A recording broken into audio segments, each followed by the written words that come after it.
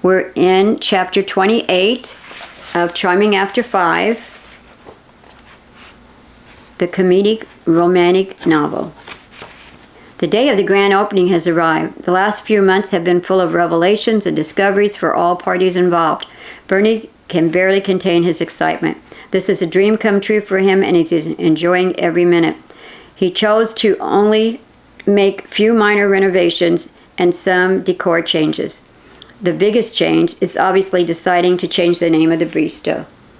He debated because it had become a popular place and he didn't want to risk losing customers, thinking it had closed down.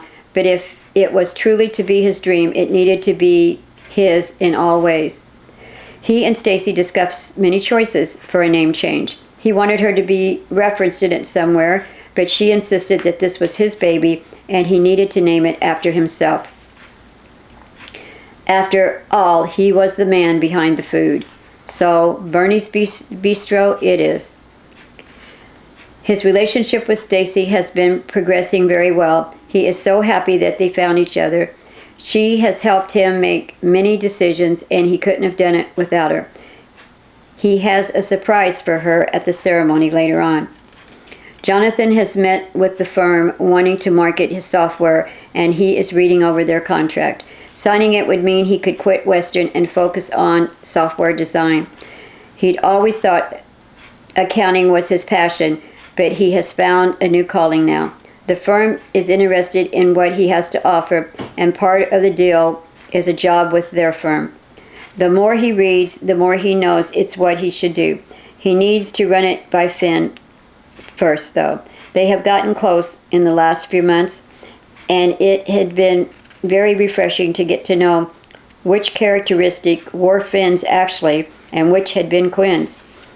Stacy had been right when she said the after 5 woman was the one who he had fallen for, the charming one, and she knew that he had fallen hard. They are getting to know each other and enjoying every bit of it. Quinn confessed to the board that the software program was Jonathan's. They handled the news better than she thought after Jonathan addressed them and commended Quinn on her administrative skills. He actually took up for her. Quinn had Finn to thank for the act of undeserved kindness.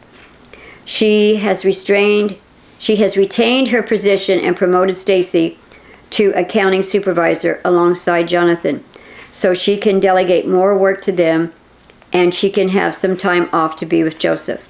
The relationship with Joseph took a bit of a hit for a while. He was not pleased with her behavior and needed some time to think things through. He really cares for her, and he knows they have a future, but he just needed some space for a while. After the deal with Bernie was finalized, he said that they should start dating again and always away from Westin and from the bistro, and that was non-negotiable. She agreed, and their relationship is growing. Finn continues to sing and draw and paint. A few of her paintings sold at a gallery fundraiser, and she plans to continue to market her art. She doesn't miss working for her sister at Westin at all, but stops in all the time to see Jonathan and Stacy at the bistro. The employees were just as shocked as everyone else when the revelation was made. Things made a lot more sense to everyone in the office. Cranky Quinn doesn't make an appearance as often anymore, and the atmosphere of the office is much more comfortable.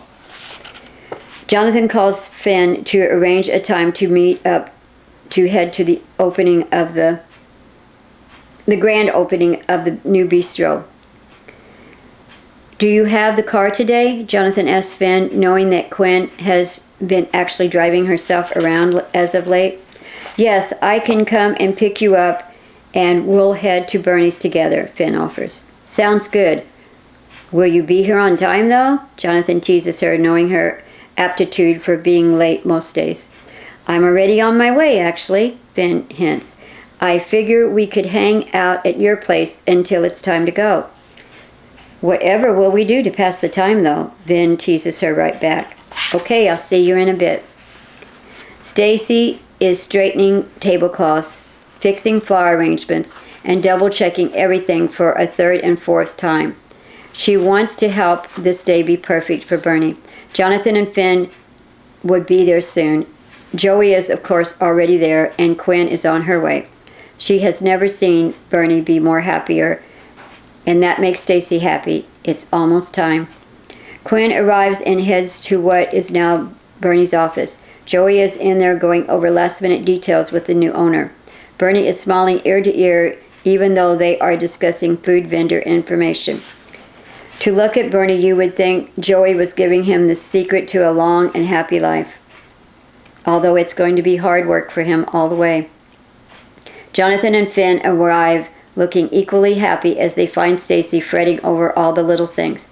Calm down, Stacy. Jonathan tries to make her sit for a minute. I know you. You probably have been up since the crack of dawn and haven't sat down since then.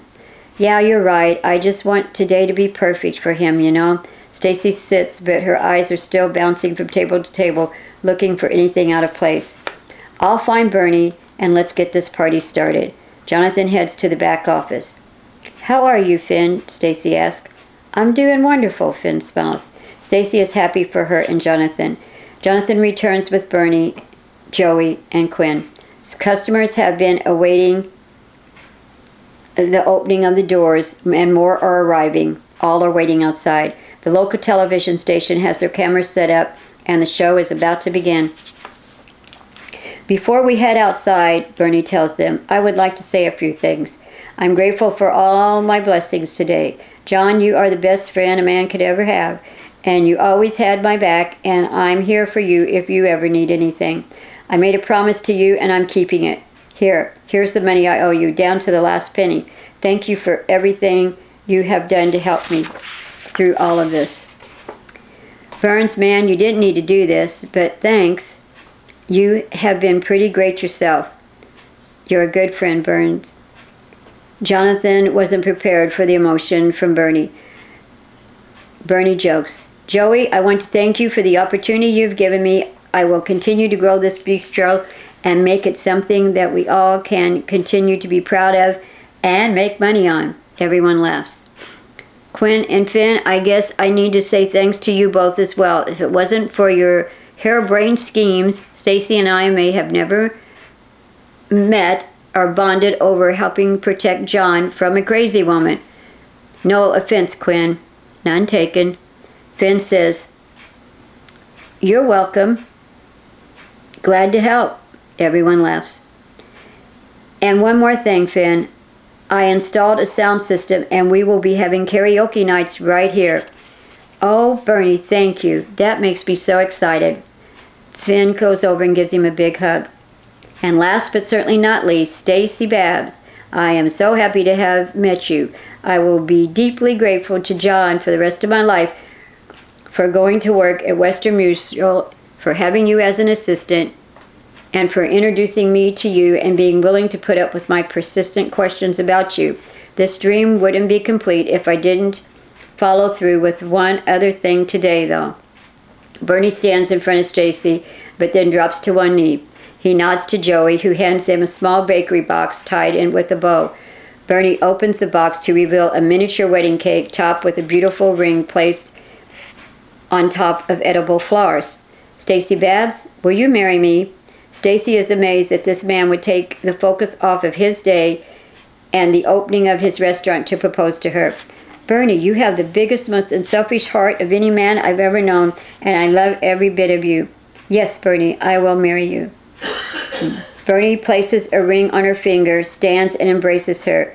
There is applause, laughter, and tears all around. Everyone else moves forward to congratulate the happy couple, forgetting the people and the camera crew waiting on them outside. While everyone is busy, Jonathan takes a moment to pull Finn away from the little group. It's been a strange and confusing road to get here for all of us, hasn't it? Finn laughs and reaches up and gives him a little kiss. That's an understatement.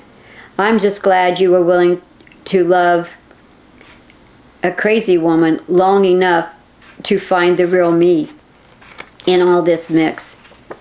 Jonathan kisses her right back. I'm glad that I found out you weren't the crazy one, and I'm glad to find out that you are charming at any hour of the day, not only after 5. Bernie announces as he throws open the doors. All right, people, we have a bistro to open. The end. Thank you for joining us. Thank you for putting up with my idiosyncrasies. And please tell others about our books, our novels. Thanks again.